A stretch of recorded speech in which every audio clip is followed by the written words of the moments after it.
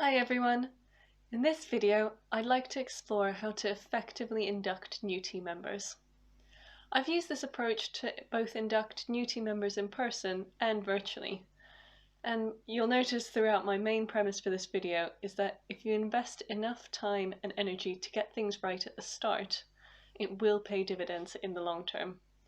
And I find that this is especially true when inducting someone into a small organization where each team member has a really big impact overall. Now, my view on induction is that it starts the moment you make a job offer to your candidate. And there's a really crucial amount of time between when you make the offer and the first day when you can really get started on preparing your new hire, your team, and yourself so that everyone can start on the right foot from day one. Now, where possible, I find it beneficial to arrange a meet the team coffee prior to the new hire's first day. So when I've been inducting someone in person, this usually means that I'd invite the new hire into the office. However, where inducting virtually, this usually means me organising a video chat and everyone in the team having their own tea or coffee or whatever beverage they prefer at hand. So the intention of this meet the team is to have an informal social interaction to break the ice and get over any of that initial awkwardness that can happen on a first day. And this is because only managers, trustees or directors usually are the ones who've been involved in the recruitment process. So it's useful to give some time for the new hire and the team to meet, to get a sense for each other so they can start adjusting around each other's personalities and get ready to work together. Timing wise, I tend to keep these between 30 minutes to maximum an hour, and I usually have some pre-prepared break the ice questions in my back pocket in case the conversation stalls. Alongside this meet the team, the other thing that I'd recommend you do during that job offer first day period is to really get all of the practical and technical elements of having a new hire sorted out. So these include, for example, sending the new hire their contract. When you do this, give them a really clear window of time in which they can review the contract and ask any questions and undergo any negotiations that they intend to prior to the intended date of signing. To help you with this, if you've not done employment contracts before, I've linked to ACAS down below, who have a really useful guide on what needs to be included in a UK employment contract. So do check that out if this is a new area for you. While you're getting the contract negotiated and set up, also start to think about having their workstation ready. So regardless of whether the person's going to be working in the office or at home, it's useful to have an initial conversation with them to understand whether they have any accessibility needs for their workstation. Especially if they're working remotely, you can then use this conversation to understand what existing remote working station they have at home and what your organisation may need to bring in to really make sure that it's in line with health and safety, cybersecurity requirements. So this might include whether they've got an appropriate desk, chair, lighting. They might already have screens, so you might only need to supply a laptop. They might have a laptop with no screens. So really just explore that with them and make sure all of this is in place prior to their first day, especially if they're working from home, because it will really mean that they're ready to hit the ground running on that first day, rather than spending the first couple of hours just trying to figure out how to even turn on their machine. So with that said, it's really useful if whenever you're giving new equipment to someone to prepare instructions on how to use it correctly. Remember, first day jitters will mean people might not be thinking fully straight, so having a nice clean set of instructions is really beneficial to get them feeling confident in their role. Alongside setting up their hardware, I also recommend setting up their email account and really get started with some of their online filing for them as well. So the reason I recommend setting this up prior to the person starting is mostly to help your existing team start to integrate that new hire into their role. So by having an email address, a calendar, maybe even some joint files set up, your existing team can start to copy them in and invite them to meetings that will be relevant to their roles.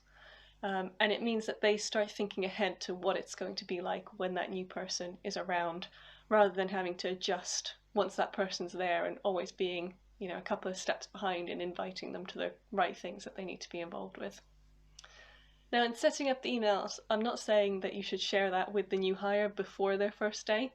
And I highly recommend that you don't, for two reasons. Firstly, it prevents them from feeling pressurized that they actually need to start working before their start date.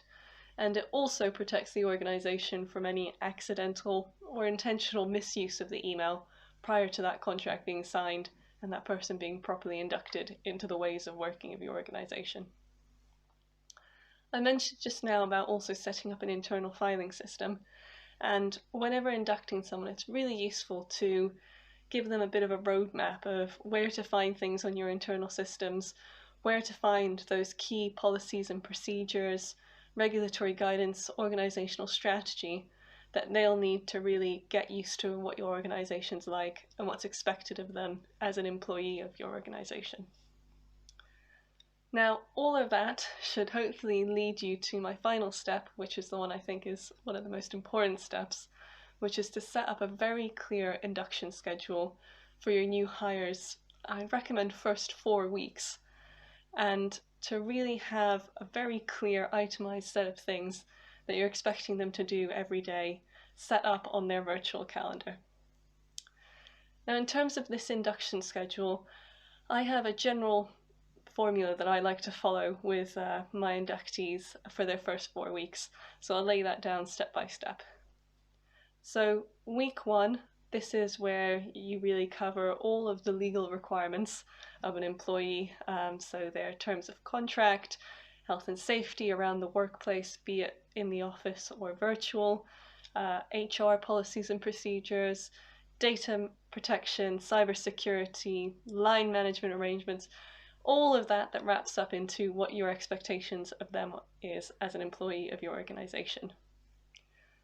You then move on to really talking through what your vision, strategy, the direction of operations for your organization, and fundamentally how it relates to them in their role. So really trying to inspire them with the organization's vision, the journey they're on, and how they'll personally contribute to achieving that vision and that journey. Once you've wrapped that through, then it's time to move on to organizational culture. And here I recommend that you're actually quite clear with what the facets are of your organization's culture. So you give them the tools and the knowledge to be able to adapt and fit into this new environment for them. And finally, I'd really recommend that you build in some team building throughout their first week so that they can meet with each member of their new team on a one-to-one basis to understand how their roles are going to fit together, but also to start understanding each other as a fellow person. And the benefit of this is that building familiarity and trust with colleagues early on will encourage your new hire to ask questions and approach their colleagues rather than just sitting at their desk scared and unsure what they should do.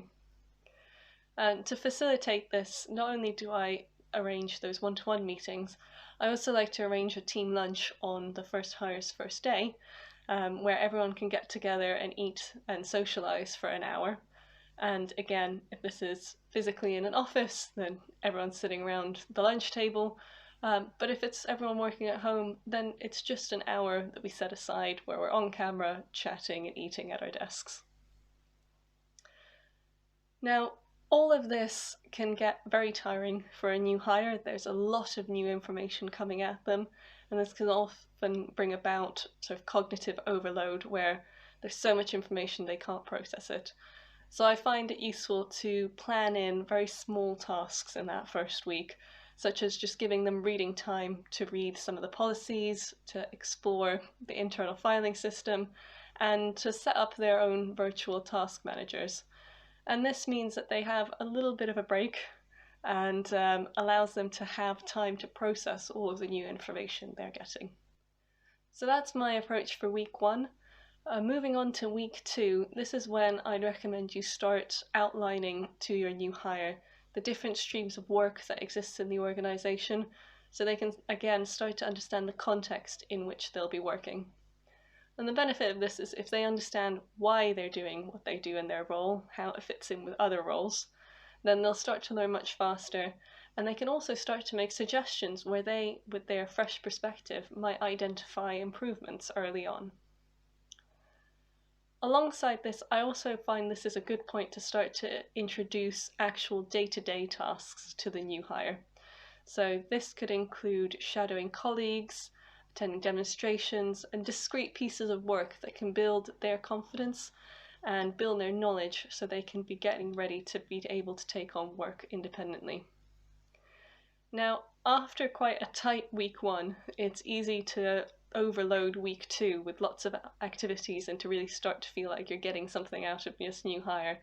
But I really recommend that you leave quite a bit of flex in the schedule, because there will be tasks that could not be completed in week 1.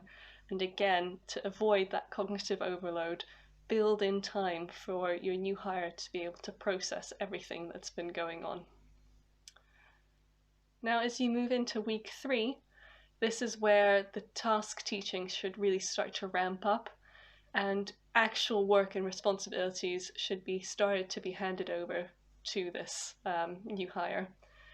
And I recommend that, again, with each passing week, the amount of pre-scheduled activities starts to relax, and you start to introduce space in which your new hire can start organising their own time and their own work. And this leads nicely into week 4, which I would suggest is as close to a normal working week as possible, to give that time for that new hire to put in place their learnings and to take their first tentative steps as a new productive employee. And I find it really useful to schedule a team celebration or a team building session at the end of that 4th week. And the reason behind this is that psychologically it acts as a ritual in the mind of the new hire and also the broader team, in recognizing that smooth transition of the new hire from induction into full team member. And with this team building, team celebration, it's nice to have it that you have a structured activity first that gives a nice sense of achievement, as it will unite that team around a goal and give them that common experience outside of their day-to-day work. And some examples of this are doing quizzes, doing escape rooms, or learning a new skill like pottery. And then I'd recommend the second part of that team building is going out for a meal, because that then helps build in that informal social time where new bonds can be deepened amongst the team. So that will really help with inducting your new hire and also getting your team used to the addition overall.